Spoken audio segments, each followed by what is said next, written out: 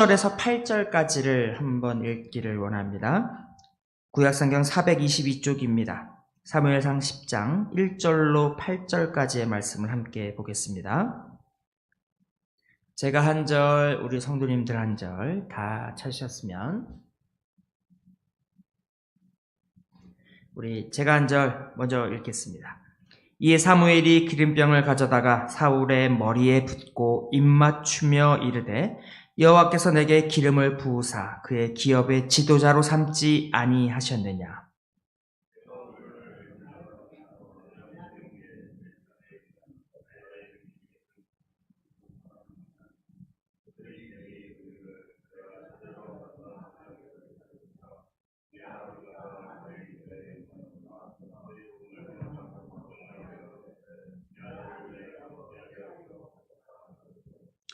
내가 거기서 더 나아가서 다볼 상수리 나무에 이르면 거기서 하나님을 배우려고 베델로 올라가는 세 사람을 만나리니 한 사람은 염소 새끼 셋을 이끌었고 한 사람은 떡 세 덩이를 가졌고 한 사람은 포도주 한 가죽 부대를 가진 자라.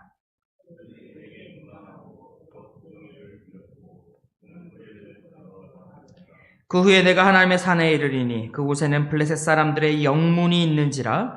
내가 그리로 가서 그 성읍으로 들어갈 때에 선지자의 무리가 산당에서부터 비파와 소고와 저와 수금을 앞세우고 예언하며 내려오는 것을 만날 것이요.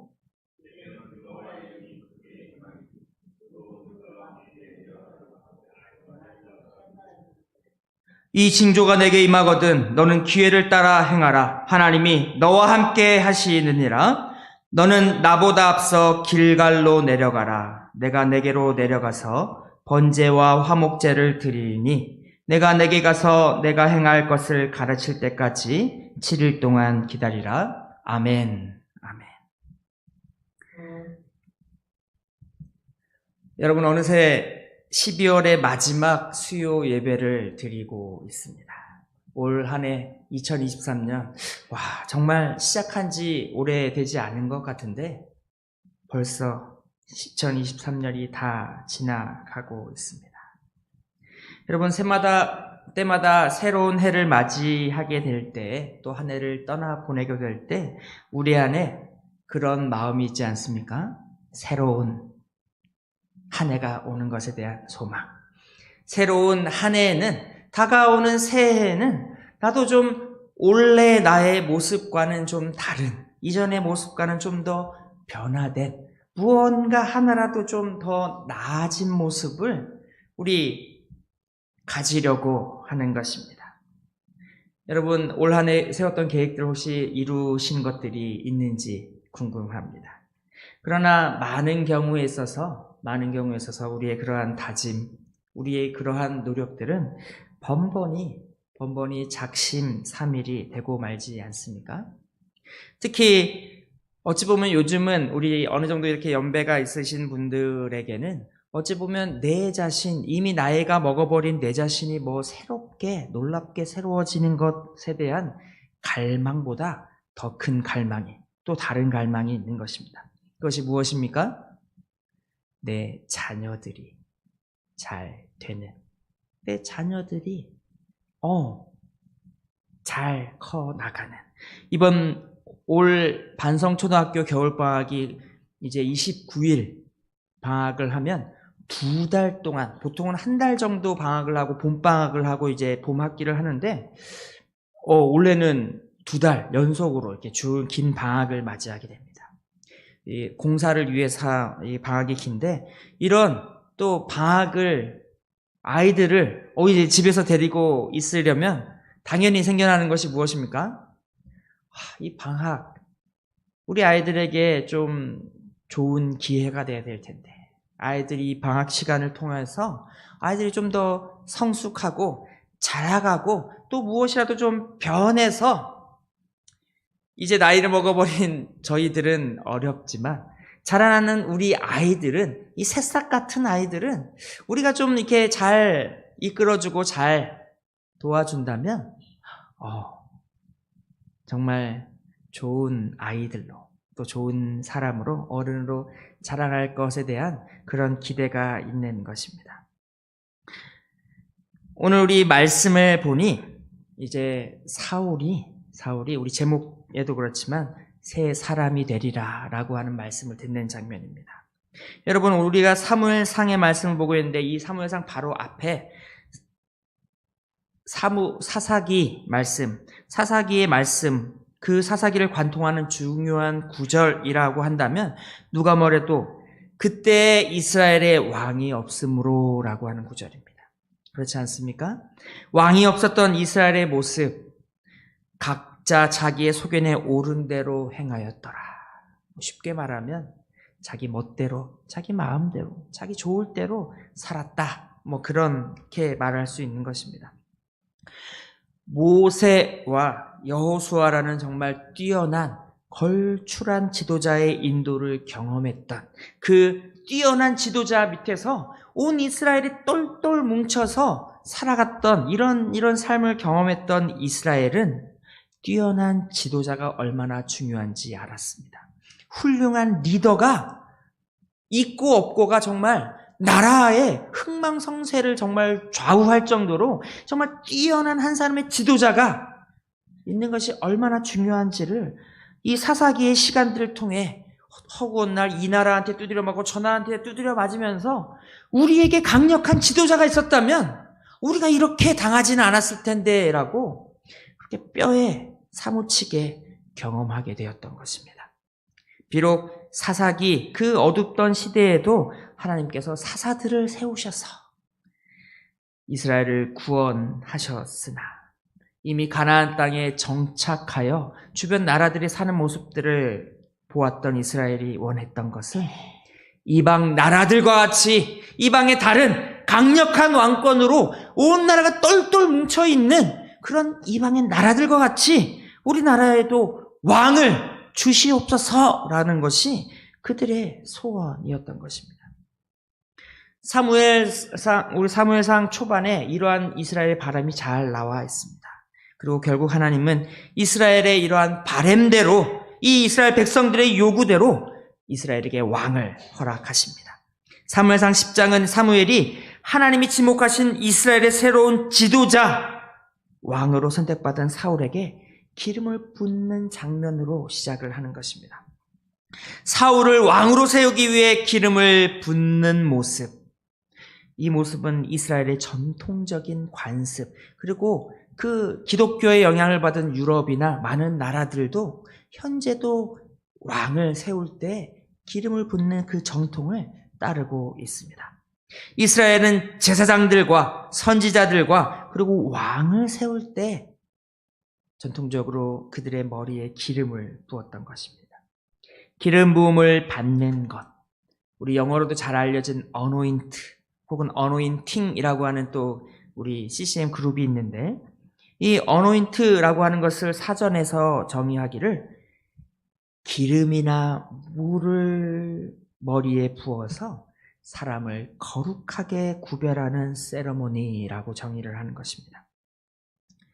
이 기름이나 물을 사람의 머리에 붓는 이 어노인팅이다, 이 기름 붓는다라고 하는 이것은 이제 하나님의 영이 그에게 임하게 됨을, 하나님의 영이 그에게 이 머리에 기름을 붓는 이 사람에게 임하여 이제 이 사람이 전과는 다르게 거룩하게 구별되게 되는 그것을 상징하는 것입니다.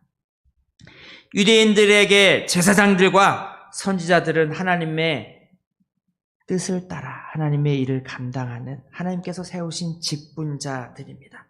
그런데 왕에게도 똑같이 기름을 부어 이 왕을 거룩하게 하는 것은 이스라엘에게 있어서 왕이라고 하는 존재는 제사장들이나 선지자들과 마찬가지로 하나님께서 선택하시고 하나님께서 구별하여 하나님께서 세우신 이 하나님의 뜻을 따라 그에게 맡겨진, 왕에게 맡겨진 직분, 그 백성 이스라엘을 인도하는 일을 감당하기 위해 하나님께서 따로 불러 거룩하게 세우신 이라고 하는 그러한 상징인 것입니다.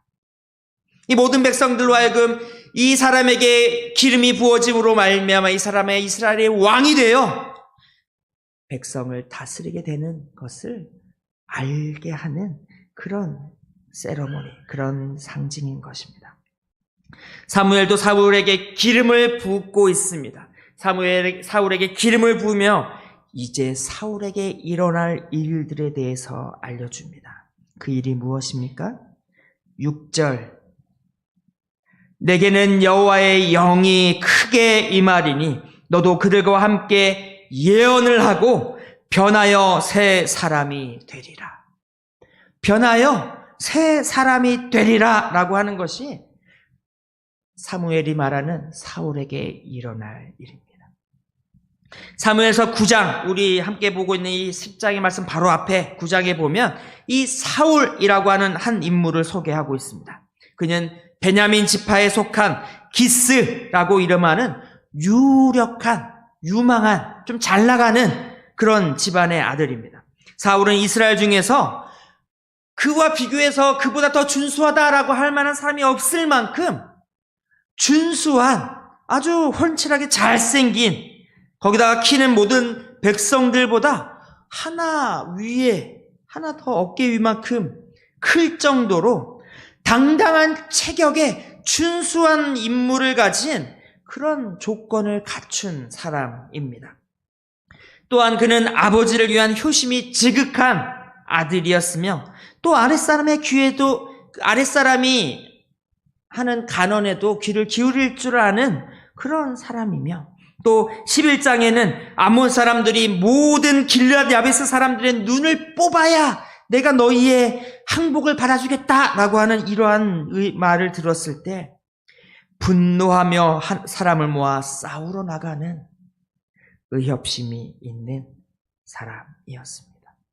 또 왕이 될 때에도 그가 왕이 됨을 부끄러워하는 조심스럽고 또 겸손한 그런 모습도 가진 사람들이 보기에 아주 훌륭한 흠잡을 데 없는 그런 사람이었던 것입니다. 우리들의 지도자, 우리들의 왕으로 삼기 위하여 겉으로 보이는 신처적인 모습으로나 또 그 안에 있는 성품으로 보아도 흠잡을 데 없는 아주 훌륭한 그런 사람임을 소개하고 있는 것입니다. 그러나 하나님께서는 그를 당장 왕으로 세우지 않으십니다. 9장에서 사울은 아버지가 잃어버린 나귀를 찾으러 나서는 모습을 보여줍니다. 아버지가 잃어버린 나귀를 찾는 그 과정에서 그는 여러 일들을 겪으며 사무엘을 만나게 됩니다. 그리고 사무엘과 함께 식탁의 교제를 나누게 되는 것입니다. 이러한 일련의 사건들을 통하여 사울은 이 모든 일들이 아버지가 나귀를 잃어버리는 것부터 시작하여 그가 사람들의 인도함을 받고 또 자기의 사환의 조언을 들어서 사무엘을 만나러 가는 이 모든 일들이 우연히 일어난 해프닝 같은 것이 아닌 하나님의 계획하심과 하나님의 인도하심임을 그는 깨닫게 됩니다. 하나님의 이러한 인도를 받아 그가 사무엘과 교제를 하며 하나님과의 친밀한 교제로 초대받게 되는 것입니다. 그리고 그 다음날 다시기를 떠나는 사무엘은 사울에게 기름을 부어 하나님과 이제 친밀한 관계를 갖게 된 이 사울이 새로운 사람이 되게 합니다. 여러분, 이러한 사울의 여정을 보면 우리의 구원의 여정을 참 잘 보여주는 듯 합니다. 여러분, 우리도 다 하나님의 인도하심을 받지 않았습니까? 다들 인도함을 받는 계기나 과정에 차이는 있을지라도 우리도 하나님의 이러한 인도하심을 받아 우리 하나님을 만나고 하나님을 알게 되며 하나님과의 놀라운 친밀한 교제를 누리게 되는 것. 여러분, 우리가 구원받는 모습을 흔히들 천국 잔치에 우리 초대받는 것으로 묘사하지 않습니까? 초대받아 함께 왕과의 교제를 나누며 하나님과의 교제를 나누는 그것이야말로 우리가 부름을 받아 하나님으로부터 구원을 받아 이제는 전과 달리 하나님의 자녀, 또 하나님의 아들과 딸들로 새로운 삶을 살게 되는 그 모습을 잘 보여주는 것입니다. 혹시 우리들 가운데 아직 이러한 은혜를 경험해보지 못하신 분이 계시다면, 그래 보이진 않긴 합니다만, 혹시 이런 은혜를 경험해보지 못하신 분이 계시다면 꼭 경험해 보시기를 바랍니다. 하나님을 만나는 사람마다 하나님의 인도하심을 받아 하나님과의 친밀한 교제 안으로 들어가는 사람들마다 변하여 새 사람이 되게 될 줄로 믿습니다. 여러분 믿으십니까? 아멘. 사무엘은 하나님께서 사울을 왕으로 삼으심에 대한 징조 3가지를 말해 줍니다.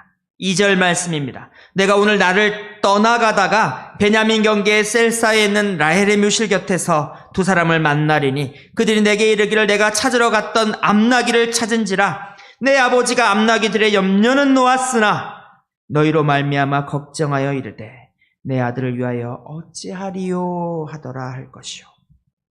사울은 돌아가는 길에 자신을 찾는 2 사람을 만나게 될 것입니다. 그들은 사울의 아버지가 잃어버렸던 암나기는 이미 찾았고 이제는 오히려 그 암나기를 찾으러 떠났다 돌아오지 않는 아들을 염려하고 있다는 소식을 전해주는 것입니다. 이들이 만나는 장소는 또 공교롭게도 라헬이 묻힌 무덤입니다. 여러분 라헬이 누구입니까?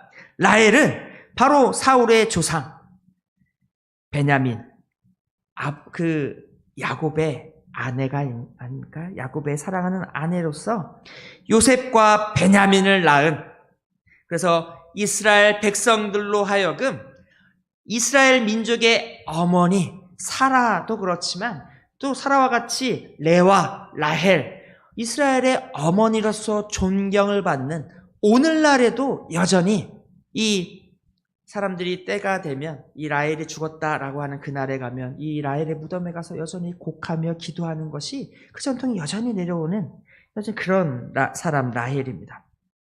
이 라헬은 막내 베냐민을 낳다가 죽었습니다. 그래서 그 조상의 묘실에 들어가지 못하고 지금 이 라헬의 묘실이라고 하는 여기에 묻혀 있는 것입니다.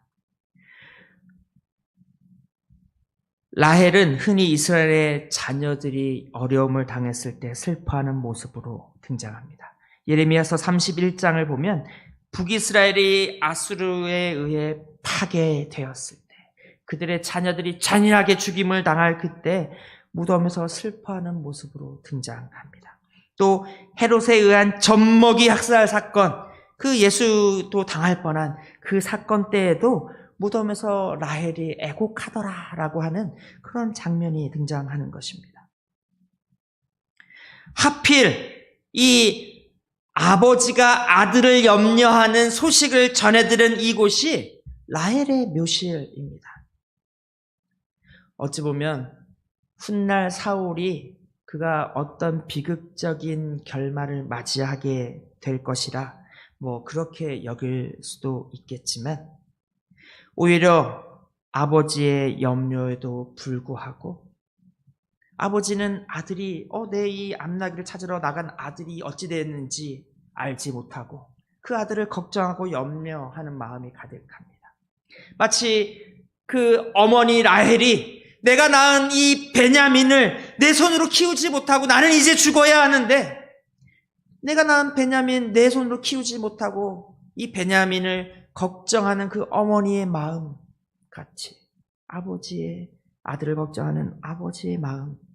여러분 그럼에도 불구하고 사울은 하나님을 만나 하나님의 인도, 하나님의 잔치에 참여하게 됩니다. 하나님을 만나 사울인 이전에 알던 내 아들 사울이 아니라 오히려 하나님께서 그 영을 부어주셔서 이전과는 전혀 다른 사울, 이스라엘의 왕과 지도자가 되는 놀라운 변화를 경험하게 되는 것입니다.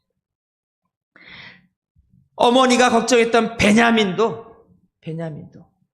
비록 모든 12 이스라엘 지파 중에 가장 작다라고 하는 이야기를 듣지만 그럼에도 불구하고 오늘 이 베냐민 지파 중에 이스라엘의 첫 왕이 등장하게 되는, 참 어쩌보면 큰 복을 또 영광을 누리게 되는 것입니다.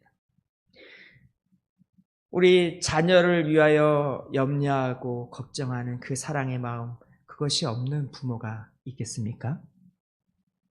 심지어 저희 어머니, 교회 안 다니는 저희 어머니도 그렇게 아들을 위해 절에서 열심히 기도해서, 참 이 이야기를 할 때마다 어떻게 해석을 해야 될지 조금 궁금합니다.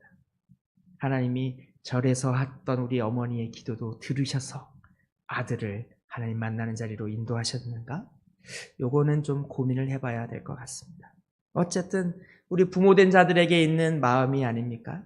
우리의 자녀, 우리의 아들들이 잘 자라기를, 그들이 잘 되기를, 그들이 정말 장성하여 훌륭한 사람이 되기를 간절히 바라는 그 마음이 여러분 우리 모든 부모들에게 있는 것이 아니겠습니까? 여러분 그 염려와 사랑을 가진 부모들마다 우리 기도해야 될 줄로 믿습니다. 여러분 그 어떤 부모의 사랑과 부모의 도움과 부모의 조언과 부모가 물려주는 재산보다 하나님을 만나는 그 역사가 우리 자녀들을 변하여 새 사람이 되게 할 줄로 믿습니다. 여러분 그렇지 않습니까? 그 어떤 학벌이나 그 어떤 좋은 조건보다 우리의 자녀들이 변하여 새 사람이 되는 가장 놀라운, 가장 중요한 요인은 바로 우리 하나님을 만나 하나님께서 그에게 새로운 영을 허락하여 주심으로 그가 변하여 새 사람이 되는 그것이야말로 우리 아이들을 우리가 기대하는 이상의 새로운 사람, 위대한 사람이 되게 할 줄로 믿습니다. 하나님을 만나는 것이야말로 우리 자녀들의 인생에 가장 큰 복이 될 줄로 믿습니다. 우리 기도합시다. 우리 자녀들이 하나님을 만나도록 우리 기도하기를 원합니다. 두 번째 암시는 3절과 4절에 나옵니다. 다볼 상수리 나무에 네가 이르면 하나님을 배우려고 베델로 올라가는 세 사람을 만나리니 한 사람은 염소 새끼 셋을, 한 사람은 떡 세 덩이를, 또 한 사람은 포도주 한 가죽 부대를 가졌고 그들이 너에게 문안하고 내게 떡 두 덩이를 줄 것이다 라는 것입니다.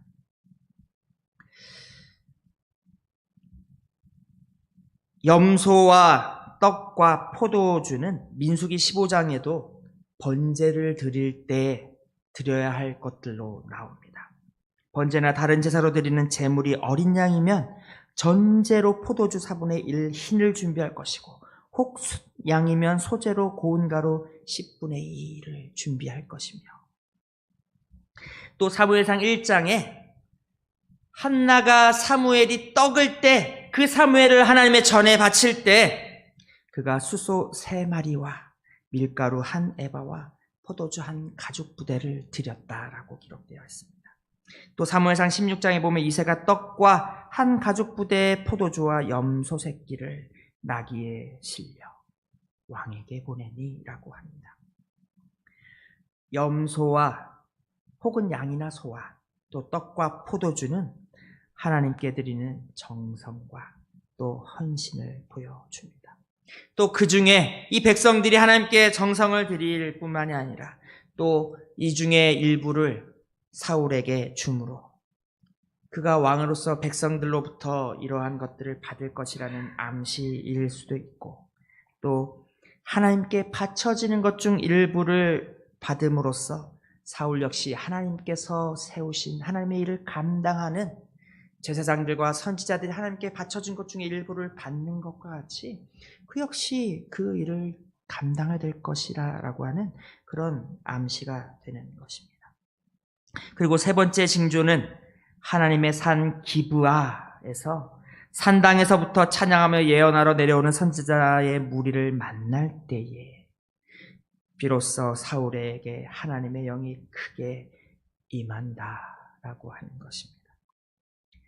사무엘이 말한 징조가 모두 이루어지고 사울에게 하나님의 영이 크게 임함으로 사울도 선지자들과 함께 예언하며 변하여 새 사람이 되었습니다. 여러분, 징조는 징조일 뿐이지만 결국 사울이 변하여 새 사람이 되는 역사는 하나님의 영이 사울에게 임하였기 때문에 이루어졌습니다. 사람들은 지금의 모습과 자신의 모습과는 좀 다른 새로운 모습이 되기를 바랍니다. 우리 자녀들은 내가 새 사람 되는 것보다 어찌 보면 내 자녀들이 나보다 더 나은 새 사람이 되기를 간절히 원하는 마음이 있지 않습니까? 그러나 여러분, 우리를 진정 새롭게 만드는 그 변화는 실은 우리의 노력이나 정성으로만 이루어지는 것은 아닌 것입니다. 내가 다이어트를 성공해서 살이 좀 더 빠졌다고 해서, 혹은 내가 학업이나 어떤 좋은 걸 이루어서 내 이력서에 무엇인가 한 줄 더 써 넣는다고 해서 진정 나라고 하는 사람이 변하여 새 사람이 되는 것은 아닙니다. 여러분, 그렇다고 부모의 사랑과 관심과 지지가 중요하긴 하지만, 그렇다고 그 부모의 염려와 사랑이 아들을 완전히 변하여 새 사람을 만드는 것도 아닌 것입니다. 왕인 사울에게 있어서 그가 변하여 새 사람이 되는 것은, 그가 변하여 이 한 나라를, 한 백성들을 이끄는 왕이 될 수 있도록 새 사람이 되는 변화는 백성들이 그를 지지하거나 지지하지 않아서, 백성들이 그에게 많은 것들을 갖다 바쳐서 그가 재물에 있어서 풍부하여서 되는 것도 아닌 것입니다. 사울이 변하여 백성들을 인도하는 왕이 될 수 있는 것은 바로 그의 안에 임하게 된 성령의 역사로 말미암은 것입니다. 성령이 임하여 역사를 일으켜야 변화가 일어납니다. 정말 성령의 역사가 없이 정말 안 되는 것들을 우리가 경험하게 됩니다. 우리 모두 열심히 전도합니다. 우리 주일학교에서 열심히 우리 아이들을 가르치지 않습니까? 교회에 데려오는 것도 어렵지만 교회에 데려오게 되면 간식도 주고 선물도 주고 밥도 사주고 좋은 곳에 데리고 놀러도 다녀주고 위하여 기도하여 주고 끊임없이 관심과 사랑을, 정성을 다하여 이 아이들을 돌보고 있지 않습니까? 주일학교에서뿐만이 아니라 우리 장년들도, 우리 어른들도, 우리 주변에 때로는 우리의 형제와 자매와 우리의 부모님들이, 또 우리의 자녀들이 우리 하나님을 만나는 은혜 안에, 하나님을 만나는 그 잔치에 참여하게 되도록, 하나님을 알도록 하기 위하여 애쓰고 수고하지만, 그러나 진정한 변화는 그런 관심으로, 그런 사랑으로, 우리가 전해준 선물이나 우리가 먹여준 밥이 그 사람의 내면에 결정적인 변화를 일으키는 것은 아니다는 것입니다. 물론 그것이 중요하지 않다는 말은 절대 아닙니다. 절대 아닙니다. 필요하지만, 그것이 좋은 매개가 되긴 하지만, 결국 우리 이 한 사람, 한 영혼의 내면에 변화를 일으키는 그 역사는 그 안에 성령의 임하심이 있어야 한다라고 하는 것입니다. 우리 신약에서도 성령의 역사가 있지 않고서, 성령으로 말미암지 않고 예수를 그리스도라 고백하는 것조차 어렵다, 안 된다라고 하지 않습니까? 결국 성령의 역사가 임하여야지만이, 그가 성령의 역사를 경험해야지 변화되는 것입니다. 성령의 역사로 그가 심령의 변화를 경험하여야 진정 예수가 그리스도가 되심을 깨달게 되고, 또 그러므로 그 예수를 나의 구주로 고백하게 되는 것입니다.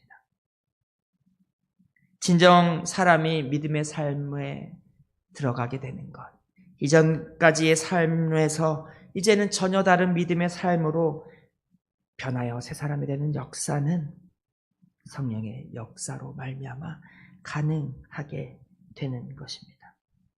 주님께서 이 땅에 오셔서 마주한 모습들이 있습니다.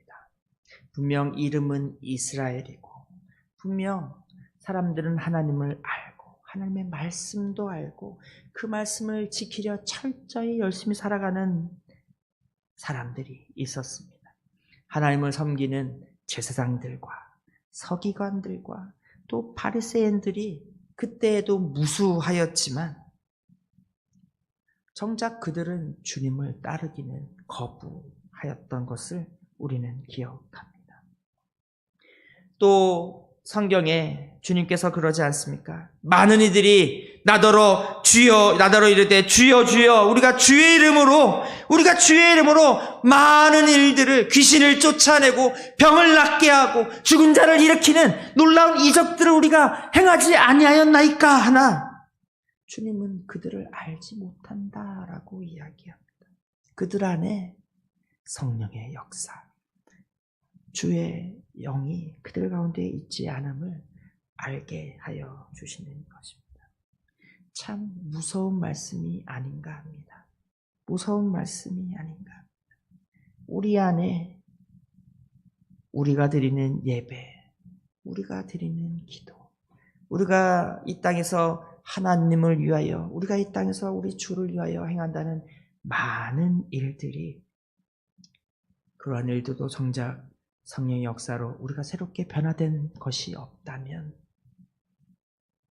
아무 의미 없는 것이 될 수 있다라고 하는 경고인 것입니다.